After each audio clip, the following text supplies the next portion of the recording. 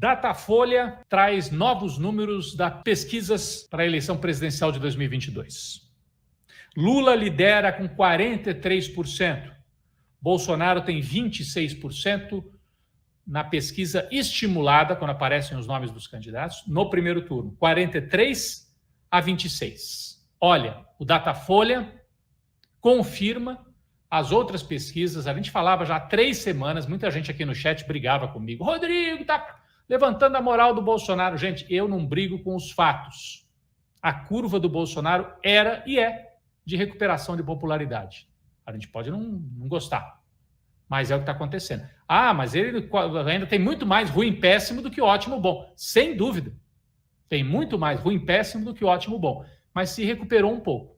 E nas pesquisas por telefone já aparecia essa tendência. Em alguns casos, fora da margem de erro. Em outras, na margem. As pessoas diziam, mas é 2 pontos, é na margem de erro. Só que quando todas estão na mesma direção, indica uma tendência, gente. Não adianta brigar com os fatos.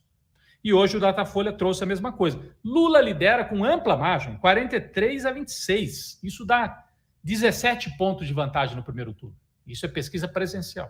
Só que o Bolsonaro cresceu na pesquisa espontânea. 5 pontos na espontânea. 5. Fora da margem de erro. E mesmo nesta estimulada, que o Bolsonaro tem 26, o Datafolha foi muito cuidadoso e disse não dá para comparar com o levantamento anterior, porque havia outros nomes que nesse levantamento não aparecem. Levantamento anterior, de dezembro, Lula tinha 48 e o Bolsonaro 23. Então o Bolsonaro se recupera, apesar de não dar para comparar perfeitamente, porque tinha outros nomes, mas tem uma recuperação aí do Bolsonaro.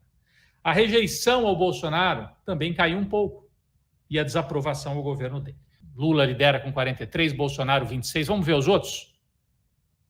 Vamos lá. Sérgio Moro, 8, Ciro Gomes, 6. João Dória está com 2%, empatado com André Janones, também 2%. Nesses cenários aqui do Datafolha, não dá primeiro turno. O Lula fica ali no limite, mas não dá para ganhar no primeiro turno. Somando todos os adversários, tem mais do que o Lula.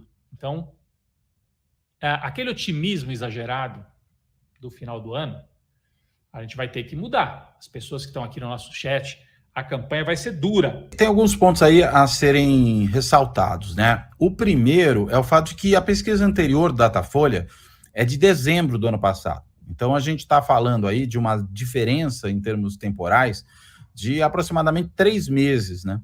Então, é uma diferença que faz com que variações que podem ter sido muito graduais ao longo desse período, quando comparadas agora, 3 meses depois, fazem com que pareça um imenso salto. E talvez o que a gente tenha não é um imenso salto, mas são mudanças mais ou menos graduais, que são coisas que outros institutos que têm feito pesquisa mais frequentemente, ou pesquisa mensal, né, caso da Quest, ou pesquisa quinzenal, né, que às vezes é o caso do IPESP, enfim, esses outros institutos têm percebido que essas mudanças já vinham ocorrendo em alguma medida.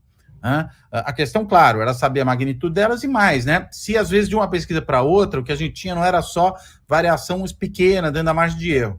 Essa pesquisa do Datafolha mostra que não, houve uma mudança que é significativa estatisticamente.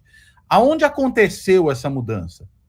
Ela aconteceu, sobretudo, entre os setores de renda mais alta, tanto aqueles de renda intermédia para padrão brasileiro, né, de 5 a 10 salários mínimos, como aqueles que ganham acima de 10 salários mínimos, onde a aprovação do governo Bolsonaro melhorou muito e, consequentemente, também a intenção de voto nele.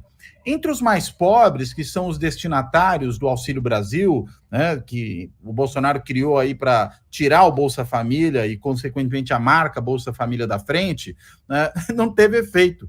Ou seja, essa destinação de recursos para esses setores não os sensibilizou, né, porque, no fim das contas, eles sabem, né, quais são os problemas que vivem no dia a dia e quais foram as políticas que realmente foram criadas e por quem foram criadas ao longo do tempo.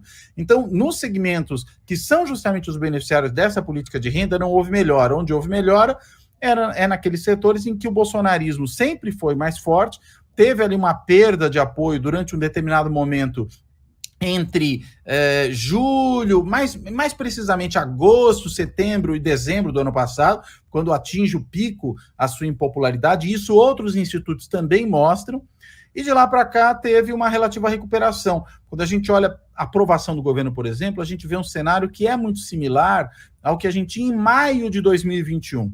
Né? Então, talvez o ponto fora da curva, para usar uma expressão aí que tem justamente a ver com esses gráficos, foi esse final do ano passado. Né? E agora a gente vai para uma situação que é um pouco mais, digamos, esperada.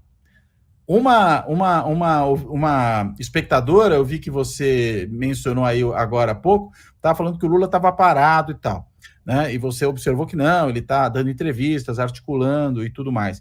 É verdade, agora, é uma forma de atuação política que, do ponto de vista da percepção do eleitor, é muito mais discreta.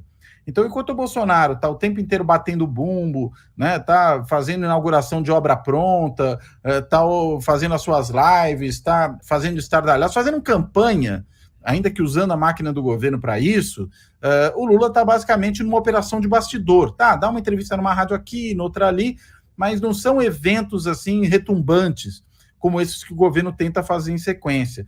Então, acho que isso também explica, talvez, para uma parcela do eleitorado, uma atenção menor à candidatura dele e um certo refluxo para o bolsonarismo. Acho que são múltiplos fatores, mas se eu tivesse que escolher um como fator fundamental, eu localizaria nesse refluxo da classe média e da classe alta para o bolsonarismo, ou seja, fazendo com que ele recupere uma boa parte dos eleitores que foram os seus principais apoiadores ao longo de todo esse período de governo.